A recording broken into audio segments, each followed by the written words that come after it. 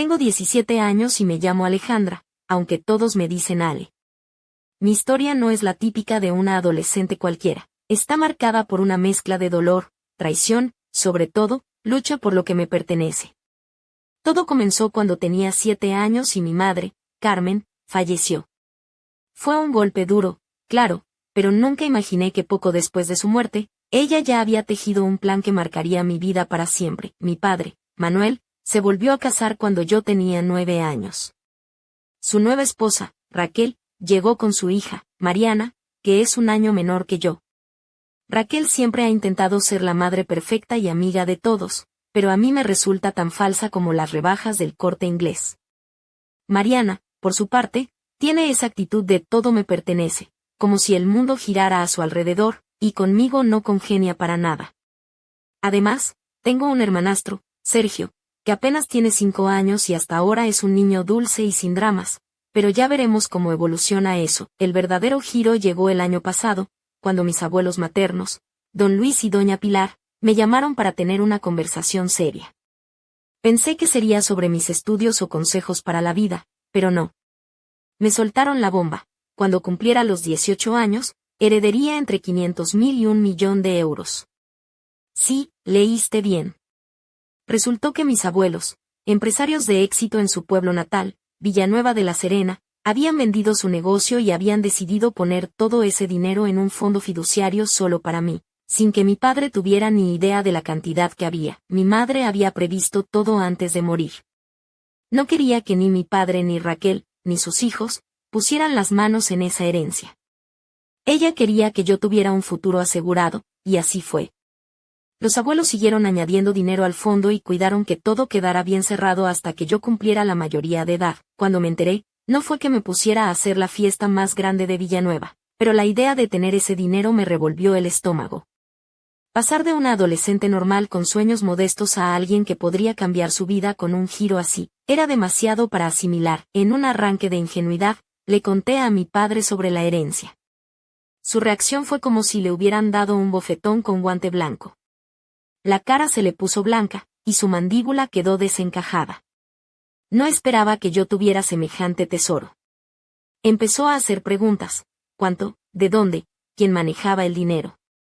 Y yo, sin querer mentir, le dije la verdad. Fue un error. Claro, poco después, él y Raquel me sentaron en el salón como si fuera una reunión de vecinos para resolver el problema del ruido. Empezaron a hablar de compartir en familia, de cómo Mariana quería estudiar Derecho y no podría sin ayuda, y de Sergio, que ahora era pequeño, pero que algún día también necesitaría la universidad. Todo eso sonaba a un plan para meter mano a mi dinero. Me quedé paralizada. ¿En serio esperaban que diera mi herencia, que mi madre y mis abuelos habían protegido con tanto esmero, para que ellos arreglaran su vida? Les dije sin rodeos que ese dinero era mío, que no era para Mariana ni para Sergio. Y entonces Raquel explotó, acusándome de egoísta y de no pensar en la familia. Mi padre asentía como si estuviera escuchando la lógica más sólida del mundo, y yo solo podía pensar en qué película de terror me había tocado protagonizar. Raquel comenzó con su clásico discurso de cómo vas a gastarte todo eso en ti, piensa en los demás, la familia es lo primero. Pero para ellos, la familia solo era un disfraz para justificar la codicia. Yo me mantuve firme, no iba a compartir ni un céntimo. Si eso les molestaba, me daba igual. Desde entonces, la casa se convirtió en un hielo polar. Mi padre y Raquel apenas me dirigían la palabra, y Mariana me lanzaba miradas de suficiencia como si yo fuera la villana de la película. Escuché una noche a Raquel decirle a Mariana que no se preocupara, que encontrarían la manera de conseguir el dinero. No soy tonta. Sé que estaban tramando algo, esperando a que yo flojeara o me dejara chantajear por la culpa. Un día, Raquel intentó tener una conversación franca conmigo en la cocina mientras yo preparaba un bocadillo. Me soltó que estaba cometiendo un error, que era joven y no entendía el valor de la familia. Le respondí, con toda la calma que pude, que Mariana no era mi hermana de sangre y que Sergio era medio hermano, pero que ese dinero no tenía nada que ver con ellos. Su cara de sorpresa era casi cómica, como si la hubiera insultado personalmente. Pero no iba a ceder. Las cosas empeoraron la semana siguiente con una pelea monumental con mi padre. Tras semanas de silencio, llegó a casa tenso y serio, como si fuera a anunciar el fin del mundo.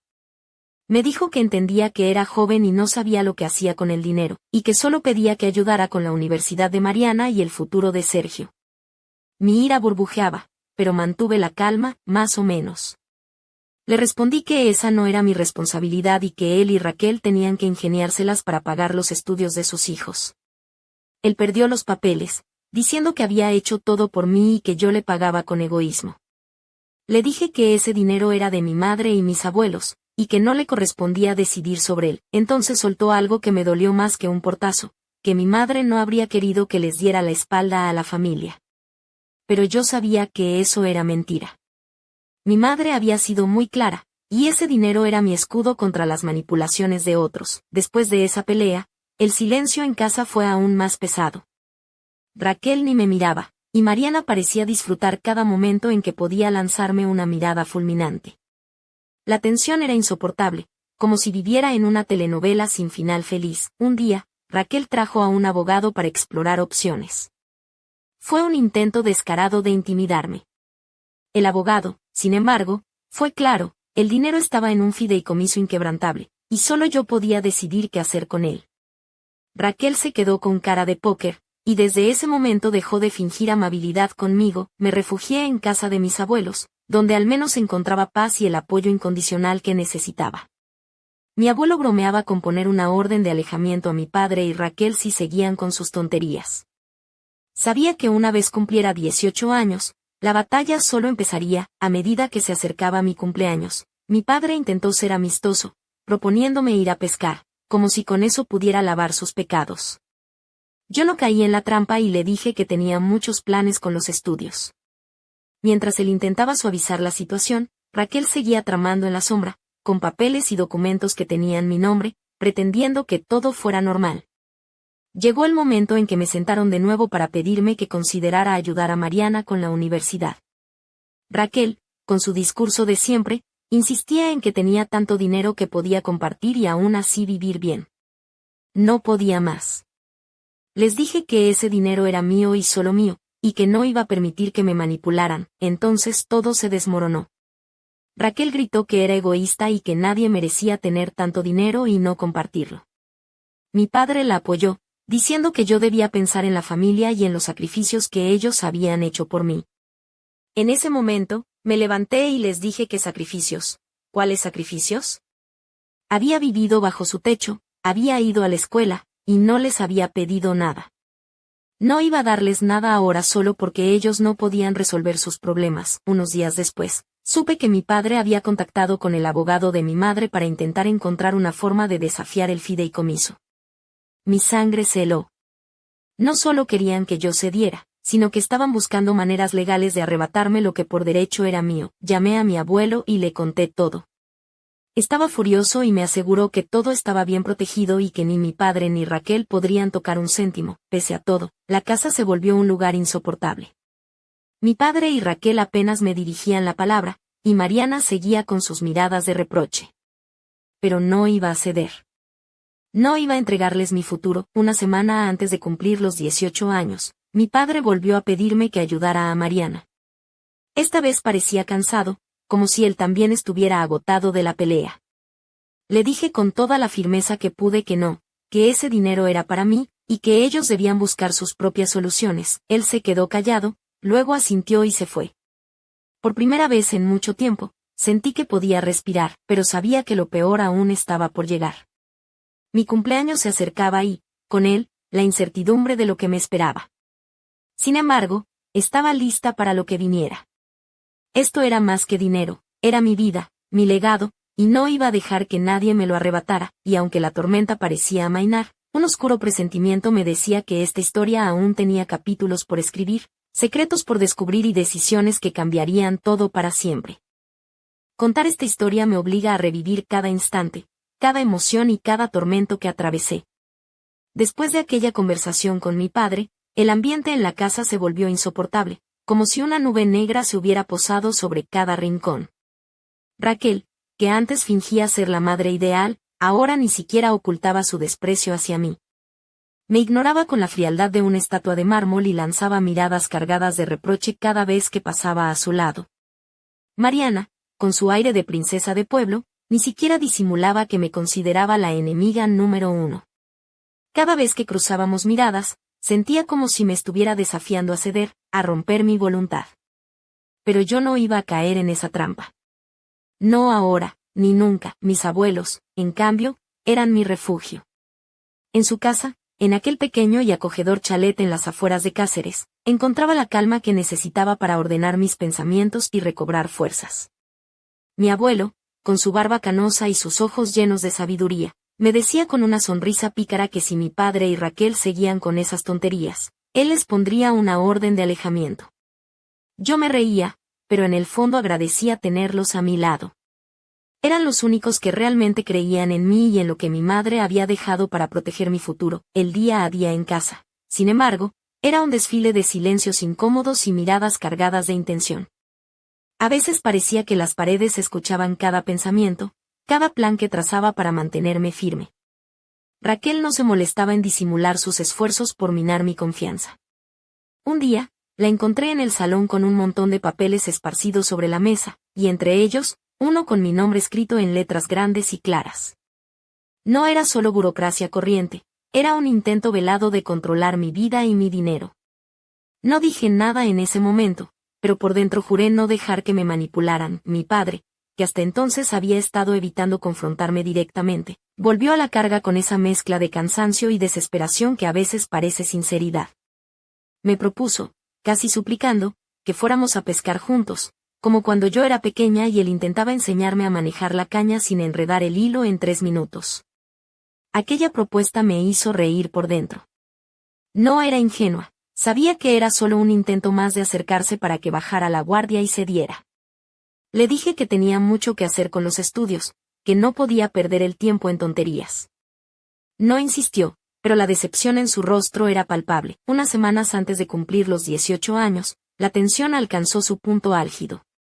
Me sentaron en el salón, mi padre y Raquel, con esa mezcla de paciencia fingida y determinación fría. Querían que reconsiderara ayudar a Mariana con la universidad, que entendiera que con mi dinero podía cambiarles la vida.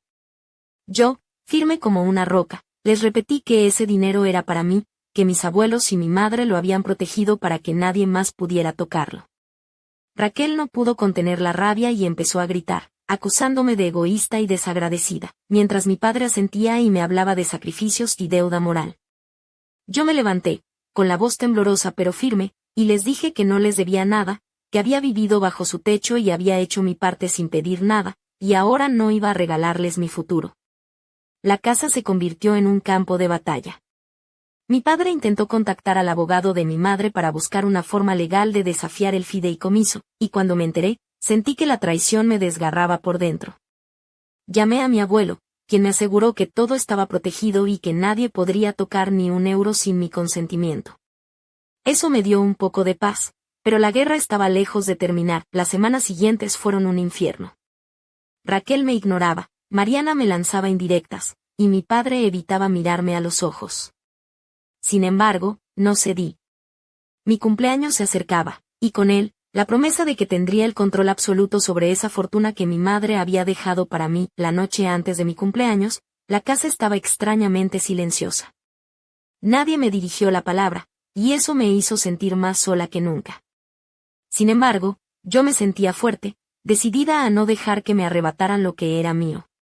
Sabía que la verdadera prueba estaba por venir, y estaba lista para enfrentarlo. Cuando finalmente cumplí los 18 años, mis abuelos me recibieron con abrazos y sonrisas cómplices.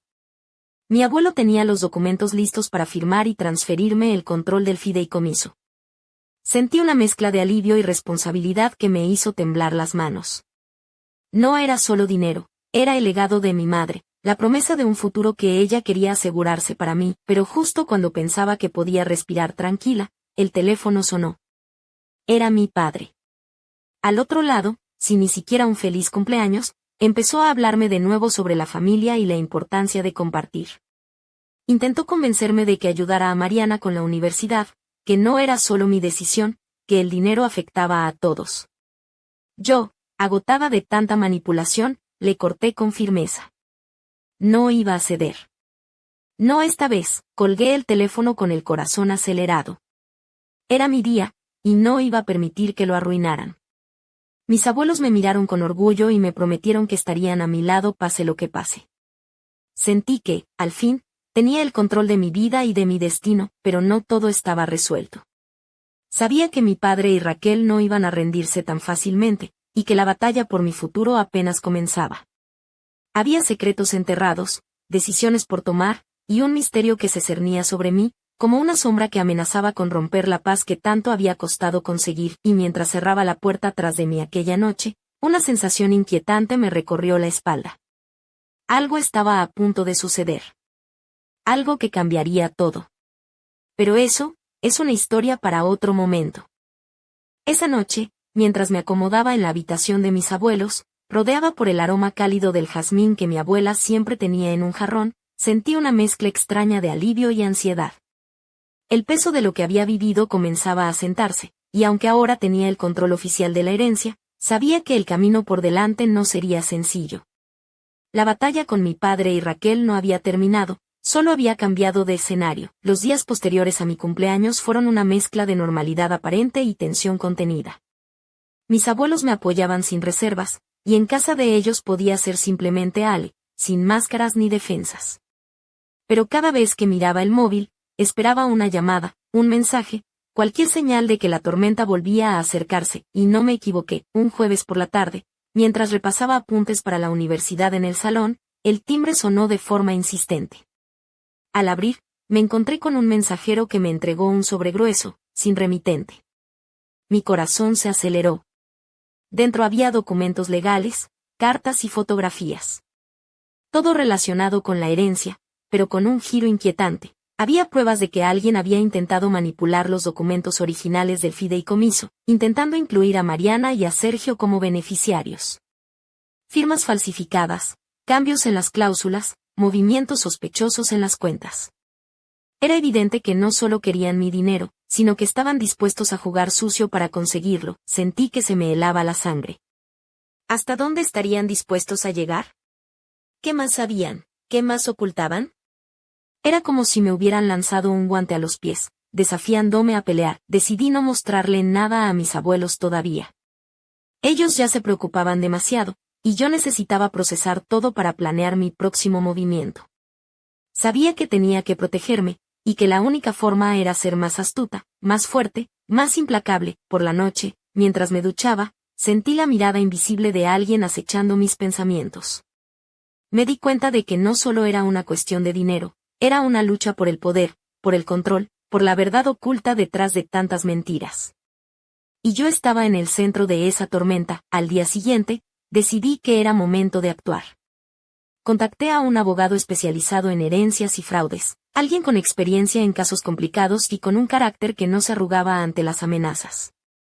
Sabía que no podía confiar en nadie más, ni siquiera en mi padre, que había demostrado que para él el dinero era más importante que su propia hija. Mientras esperaba su respuesta, la vida cotidiana continuaba, pero yo sentía que cada paso estaba vigilado, que cada movimiento tenía consecuencias. Raquel y Mariana seguían con sus juegos de poder, pero ahora yo ya no era la niña asustada que se dejaba intimidar. Cada vez que me cruzaba con ellas, sentía una chispa de desafío que prendía mi sangre. Una tarde, mientras caminaba por el mercado de mi pueblo, Plasencia, me detuve frente a una librería y vi un libro sobre estrategias y psicología del poder. Lo compré sin dudar. Si quería ganar esta guerra, tenía que aprender a jugar con inteligencia, no solo con fuerza. Esa noche, mientras leía, una idea comenzó a formarse en mi mente. No se trataba solo de proteger mi dinero, sino de descubrir qué secretos escondía realmente mi familia. Porque detrás de esa fachada de normalidad y mentiras, había algo más oscuro, algo que ni siquiera mi madre había podido anticipar, y justo cuando pensaba en eso, mi móvil vibró. Un mensaje anónimo: no todo es lo que parece. Cuida tus pasos, Alejandra. El pasado tiene ojos. Un escalofrío me recorrió la espalda. La historia que creía conocer estaba lejos de haber terminado. Y yo estaba a punto de descubrir que el verdadero enemigo no siempre se muestra a simple vista. Ahora, más que nunca, tenía que estar preparada. Porque lo que venía no solo pondría en juego mi herencia, sino mi vida entera. La mañana siguiente amaneció con un cielo gris y pesado, como si el propio universo quisiera reflejar el peso que sentía sobre mis hombros. El mensaje anónimo había despertado en mí una mezcla de miedo y curiosidad que no podía ignorar. No sabía quién me lo había enviado, ni qué intención tenía, pero una cosa estaba clara, no podía confiar en nadie, ni siquiera en aquellos que decían querer ayudarme. Con el libro de estrategias bajo el brazo y el teléfono guardado en el bolsillo, salí a caminar por las calles empedradas de Plasencia. El aire fresco me ayudaba a aclarar la mente, aunque cada sombra parecía esconder secretos que me acechaban. Mientras pasaba por la Plaza Mayor, observé a la gente, a las parejas que paseaban, a los niños que reían, y me pregunté cuánto de esa aparente tranquilidad era solo una máscara, igual que en mi propia casa. Al llegar a la cafetería donde solía estudiar, me senté en una mesa junto a la ventana y saqué los papeles que el mensajero me había dejado. Empecé a revisar con cuidado cada documento, cada firma, cada detalle. Me di cuenta de que alguien había estado muy cerca de conseguir alterar el fideicomiso, y que la suplantación de firmas no era amateur, tenía que ser alguien con acceso a información privilegiada. Mientras repasaba las pruebas, un nombre apareció repetidamente en los documentos: Ricardo Fernández. Era un hombre que, según supe en ese momento, había trabajado para el bufete de abogados que gestionaba la herencia de mi madre años atrás. ¿Qué hacía ese nombre en medio de todo esto? Estaba involucrado en la conspiración para robarme mi futuro. De repente, sentí una presencia detrás de mí. Me giré rápidamente, pero no había nadie. Solo una sombra que se desvanecía al otro lado de la calle. Mi corazón se aceleró, y por un momento, temí que me estuvieran siguiendo. No era paranoia, era real. Cada paso que daba estaba bajo vigilancia, y eso solo aumentaba mi determinación. Volví a casa de mis abuelos con el propósito claro de contarles todo, pero antes de llegar, recibí una llamada anónima. La voz, distorsionada y grave, me advirtió que dejara de investigar si no quería que las cosas se pusieran feas. Colgué sin decir palabra, con la adrenalina a mil. No podía retroceder ahora. Mis abuelos me recibieron con abrazos y preocupación, pero cuando les mostré los documentos y les conté la amenaza, se pusieron firmes. Don Luis, con su mirada severa, me dijo que íbamos a enfrentarlo juntos, que no permitirían que nadie me robara lo que era mío. La fuerza de su apoyo me dio un impulso nuevo. No estaba sola. Decidí que necesitaba saber más sobre Ricardo Fernández, así que con la ayuda de mi abuelo, empezamos a investigar su historial. Descubrimos que había desaparecido hace meses sin dejar rastro, y que estaba vinculado a varios casos turbios de fraudes y manipulaciones legales. Era un pez gordo en un mundo de sombras, y parecía ser la punta del iceberg de algo mucho más grande. Mientras tanto, en casa de mi padre, la tensión seguía creciendo. Raquel y Mariana no dejaban de hablar de mí con desprecio, y aunque Manuel intentaba mantener la calma, su frustración era evidente. Sabía que estaban tramando algo, y que no se detendrían hasta conseguir su objetivo. Una tarde, mientras repasaba mis documentos en la biblioteca de mis abuelos, recibí una visita inesperada. Una mujer elegante, con ojos tan penetrantes como una tormenta de verano, se presentó como Clara, abogada especializada en protección de patrimonio. Me explicó que había sido recomendada por un contacto de confianza y que podía ayudarme a blindar todavía más mi herencia y descubrir quién estaba detrás de los intentos de manipulación. Clara tenía un aire misterioso, pero también transmitía seguridad. Su presencia fue un bálsamo para mis nervios, y su promesa de luchar a mi lado me dio esperanza. Sin embargo, algo en su mirada me hizo preguntarme si ella también guardaba secretos. Los días siguientes fueron una mezcla de estrategia, reuniones y planes. Clara y yo trabajamos en reforzar el fideicomiso y preparar una defensa legal impenetrable. Al mismo tiempo, seguíamos tirando del hilo de la red que intentaba atraparme, descubriendo conexiones inesperadas y traiciones ocultas. La tensión aumentaba, y en cada encuentro con mi padre, Raquel y Mariana, sentía que el suelo se abría bajo mis pies. Las amenazas, las insinuaciones y las manipulaciones se volvían más sutiles, más peligrosas. Pero yo ya no era la chica insegura de antes. Había aprendido a enfrentar la tormenta con la mirada firme y la voz clara. Un día, mientras revisaba unos papeles en casa de mis abuelos, Clara me llamó con una noticia que heló mi sangre. Habían encontrado pruebas de que alguien muy cercano a mí había estado filtrando información a mi padre y Raquel. Alguien en quien confiaba. Alguien que estaba dispuesto a traicionarme por dinero. El mundo pareció detenerse por un instante. ¿Quién podía ser? ¿Mi mejor amiga? ¿Algún familiar en quien había confiado?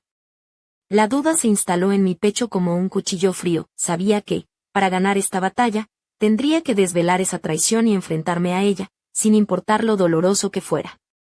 Porque en esta historia, la verdad era la única arma que me quedaba, y no estaba dispuesta a perder. Mientras la tarde caía sobre Plasencia y las sombras se alargaban, sentí que estaba en el umbral de un descubrimiento que cambiaría todo.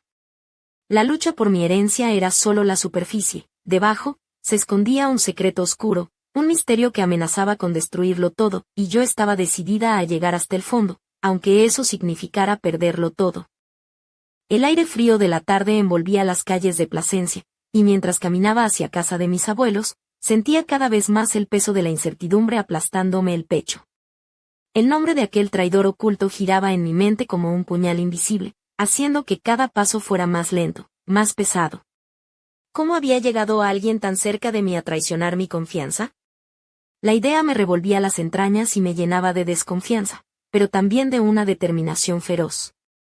No podía permitirme más errores. Esta batalla era por mi futuro y por el legado que mi madre había dejado con tanto amor y sacrificio. Cuando entré en la casa, el aroma reconfortante del café recién hecho y el murmullo tranquilo de mis abuelos me recibieron. Don Luis, con sus manos rugosas y su mirada firme, me esperaba en el salón. Sin mediar palabra, le entregué los documentos que Clara me había enviado por correo electrónico justo esa mañana. Mientras los leía, él fruncía el ceño, sabiendo que estábamos ante algo mucho más complicado de lo que parecía. Las pruebas eran claras: correos electrónicos interceptados, movimientos sospechosos en las cuentas, conversaciones filtradas que solo podían venir de alguien con acceso privilegiado. Pero lo que más me dolía era la sospecha de que esa persona estaba dentro de mi círculo más cercano, alguien en quien había confiado sin reservas. Aquella noche me costó dormir. La habitación parecía más fría que nunca, y los pensamientos giraban sin descanso en mi cabeza. Cerraba los ojos y veía imágenes de rostros familiares, preguntándome quién escondería esa máscara de traidor. Me levanté y me acerqué a la ventana, mirando las luces titilantes del pueblo, tratando de encontrar respuestas en la oscuridad. Al día siguiente, decidí poner a prueba a quienes me rodeaban. Empecé a observar cada gesto, cada palabra, cada mirada. Descubrí que Mariana, con su sonrisa falsa y sus preguntas sutiles sobre mis planes, estaba más interesada de lo que aparentaba. Raquel, por otro lado, parecía más nerviosa que antes, como si supiera que el cerco se estaba cerrando. Y mi padre, Manuel, oscilaba entre la indiferencia y la ansiedad, como un hombre que sabe que está perdiendo el control. Pero había alguien más, alguien inesperado. Una amiga de la infancia, Clara, que siempre había estado a mi lado, empezó a mostrar un interés repentino y excesivo en mis asuntos personales. Sus preguntas sobre el fideicomiso y mis reuniones legales eran demasiado insistentes, demasiado calculadas. Una noche, sin querer, encontré un mensaje en su teléfono que no era para mí, referencias a contactos legales y cifras que no debía conocer. Mi corazón se rompió un poco al darme cuenta de que la traición estaba más cerca de lo que imaginaba. Con el apoyo incondicional de mis abuelos y la ayuda profesional de la abogada que había llegado a mi vida como un rayo de esperanza, comencé a trazar un plan para enfrentar la traición y proteger lo que era mío. Sabía que debía actuar con inteligencia y cautela para no dar pistas y evitar que el enemigo se escapara. Una tarde, en el despacho de Clara, la abogada, revisamos cada detalle, cada pista, y decidimos confrontar la situación con pruebas irrefutables. Clara me enseñó cómo usar la ley a mi favor, cómo proteger mis derechos y blindar mi futuro ante cualquier intento de sabotaje. Su voz firme y segura era como un escudo contra el miedo que me había acompañado durante meses, pero la verdadera prueba llegó una noche fría, cuando decidí enfrentar a Clara, la amiga que creía fiel, con las evidencias en la mano. La mirada que me devolvió fue un torbellino de emociones, sorpresa, arrepentimiento, y tal vez, una pizca de miedo. Me confesó que había sido manipulada por Raquel y Manuel, que no quería hacerme daño, pero que había caído en sus juegos. Esa confesión fue un golpe duro, pero también una oportunidad para reconstruir los cimientos que la traición había sacudido. Con Clara de mi lado, decidí que había llegado el momento de tomar el control absoluto, no solo de mi herencia, sino de mi vida. Empecé a alejar a las personas tóxicas, a cerrar puertas que me mantenían prisionera y a abrir ventanas hacia un futuro que, aunque incierto, era solo mío para construir. Sin embargo, mientras avanzaba en ese camino, descubrí algo aún más oscuro y profundo, un secreto guardado por mi madre y mis abuelos, algo que explicaba la intensidad de la lucha y la codicia que me rodeaba. Un misterio que involucraba no solo dinero, sino verdades familiares enterradas, alianzas ocultas y un pasado que nadie quería que saliera a la luz. Y justo cuando creía que había llegado hasta el final, una llamada inesperada rompió la calma. Una voz desconocida me advirtió que la verdad a veces es un espejo que refleja más de lo que estamos dispuestos a ver. Que mi lucha apenas comenzaba, y que el próximo movimiento definiría no solo mi destino, sino el de todos los que me rodeaban. En ese instante, supe que la historia que había vivido hasta ahora era solo el prólogo de algo mucho más grande y peligroso. Y que para sobrevivir, tendría que ser más fuerte, más astuta y más valiente que nunca, porque en este juego, perder no era una opción.